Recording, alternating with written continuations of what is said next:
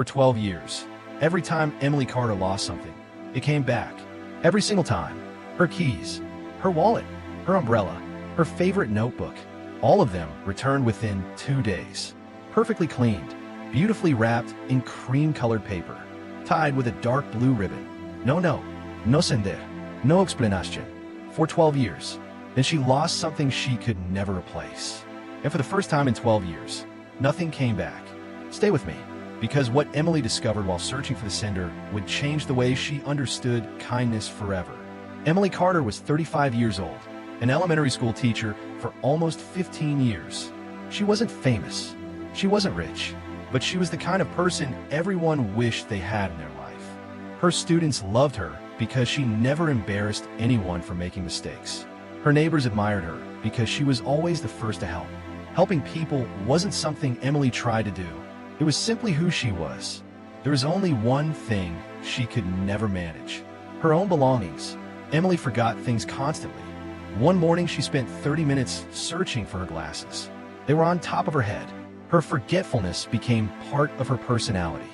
Nobody worried about it until the packages started arriving. The first one appeared on an ordinary Tuesday evening. Emily returned home to find a small cream-colored gift box sitting perfectly on her doorstep. No shipping label, no postage stamp, just a perfectly tied blue ribbon. She slowly untied it, lifted the lid, and froze. Inside were her missing keys, cleaner than the day she bought them. Every scratch polished away. Emily stood there for almost a minute without moving. Who had done this? And why? She knocked on every neighbor's door. Nobody had seen anyone. Even the security camera across the street had captured nothing. 3 months later, her wallet disappeared. 2 days later, another gift box appeared. Same cream paper, same blue ribbon, her wallet inside, every card, every receipt, even the cash. Nothing taken, everything cleaned. Then her umbrella came back. Then her favorite notebook. Then a bracelet her mother had given her. The mystery became part of Emily's life. Her friends laughed. You have a secret admirer. Maybe it's your guardian angel. Emily laughed too, but then one friend said something that stopped her cold. What if it isn't kind at all? What if someone is watching you? That night, Emily couldn't sleep. She checked her locks 3 times. She changed her route to work. She considered calling the police. Then another package arrived. Her favorite scarf, washed and folded so carefully it looked like it came from a shop. And in that moment, holding that scarf, Emily felt something shift. No one with bad intentions would do this. Whatever this was, it wasn't a threat. Years passed. Emily stopped wondering if another package would arrive. She simply wondered what she had lost this time. Then on a cold November afternoon, 12 years after the first package, Emily lost something she could never replace. Her father's pocket watch, the last birthday gift he ever gave her. 3 months later, he passed away. She carried it everywhere, not because she needed it, but because it reminded her of him. That evening she reached home and the watch was gone. She searched everywhere. Her classroom, her car, every pocket, every drawer. Nothing. Emily tried to stay calm. It'll come back, she whispered. It always did. 2 days passed. No package. A week. Still nothing. For the first time in 12 years, her doorstep remained empty. She stood outside every evening after work, looking at the place where the boxes always appeared. Waiting. Nothing. The silence hurt more than losing a watch, because for 12 years, someone had never failed her. Until now. One evening her best friend Sarah came over for dinner. Emily barely touched her food. Sarah finally asked, "Have you ever tried finding the person?" Emily looked up. I wouldn't even know where to begin. Sarah thought for a moment. What if the boxes have something you've never noticed? That night, Emily climbed into her attic. Inside an old storage container were 12 years of empty gift boxes. She had never thrown them away. She examined every single one. Then she noticed something. Every courier sticker had the same initials written in the corner. Diplomash. Tiny, almost invisible. The next morning, she visited the courier company. The receptionist checked the records. These deliveries were all prepaid, she said, but they were collected from the same location every time. Emily leaned forward. Where? The Central City Lost Property Office. The next morning, Emily drove there. A modest municipal office beside the bus station. Shelves filled with umbrellas, forgotten phones, backpacks, scarves. Hundreds of items waiting for their owners. A woman behind the counter smiled. Can I help you? Emily took a deep breath and explained everything. The lost items, the gift boxes, the blue ribbon, the 12 years, the missing pocket watch. When Emily finished, the woman looked toward the back office. Then she smiled softly. I think I know who you're looking for. She disappeared through a doorway. A few moments later, a young man stepped into the room, maybe 26 years old. Simple clothes, kind eyes. He stopped the moment he saw Emily and smiled. Not the smile of someone meeting a stranger, the smile of someone seeing an old friend. Emily searched his face. She knew she had seen him before, but she couldn't remember where. You probably don't remember me, he said. I am sorry, Emily replied. He nodded. I didn't think you would. My name is Daniel. Then suddenly, a memory rushed back. A shy little boy, always sitting alone near the classroom window, always nervous, always losing something. The other children laughed at him. Some even hid his things as a joke. But Emily never laughed. She would quietly help him search. And whenever she found his belongings, she cleaned them, wrapped them in colorful paper from the classroom art cabinet, then handed them back with a smile. And every single time, she said the same words. Everything deserves to come home with dignity. Emily covered her mouth.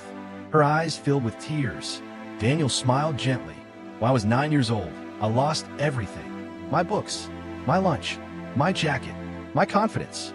Every time you found my things, you never handed them back the way they were. You cleaned them. You wrapped them. Emily smiled through her tears. It was only wrapping paper. Daniel slowly shook his head. No, it wasn't. For the first time, I felt like my things mattered. And if my things mattered, maybe I mattered too. One afternoon, you wrapped my scratched lunchbox in bright blue paper. And before you gave it back, you smiled and said, everything deserves to come home with dignity. I never forgot. A few years later, Daniel's family struggled financially. College seemed impossible, so he accepted a job at the city's lost property office. One afternoon, he typed a name into the system, Emily Carter. He looked twice. He opened the bag and found her teacher's identification card. It was her, the woman who had changed his childhood, the woman who taught him that kindness didn't need an audience. Daniel smiled. He cleaned the bag, wrapped it carefully, paid the courier himself, and sent it back. He never planned to do it again. But a few months later, another item arrived. Emily Carter, then another, and another. For 12 years, he quietly returned everything, never expecting thanks, never wanting recognition. Emily wiped away a tear. Why didn't you ever tell me? Daniel looked down. Because you once told me something else. The best kindness is the one that asks for nothing in return. I believed you, so I never signed my name. Emily laughed softly through tears. I really said that. Daniel nodded. More than once. She smiled. I didn't, Daniel replied. Then Emily's smile slowly disappeared. My father's pocket watch. Daniel's expression changed. I know. He walked in the back room. When he returned, he was carrying a small wooden box. Not cardboard, wood, polished by hand. He placed it gently on the counter.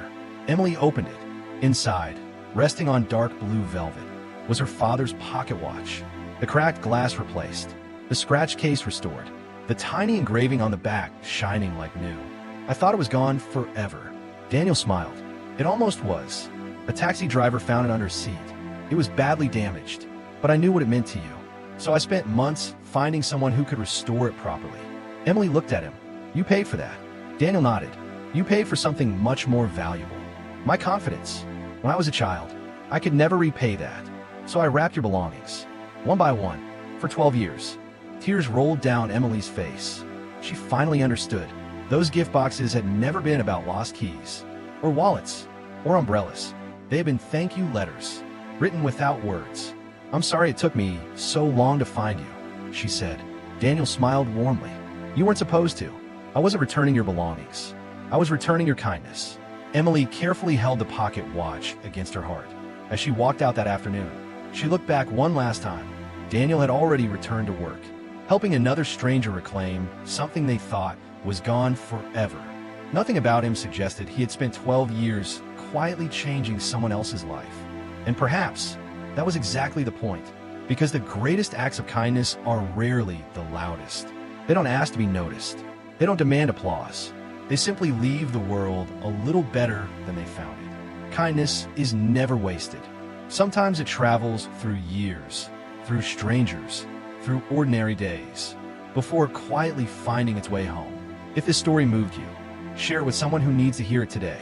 Drop a comment and tell me, has anyone ever done something kind for you that you never forgot? I read every single one. Subscribe for more stories like this. Real, raw, and always worth your time. All animations, characters, and visuals in this video are original AI-generated content created exclusively for this channel. All stories are original fictional narratives written for entertainment and educational purposes.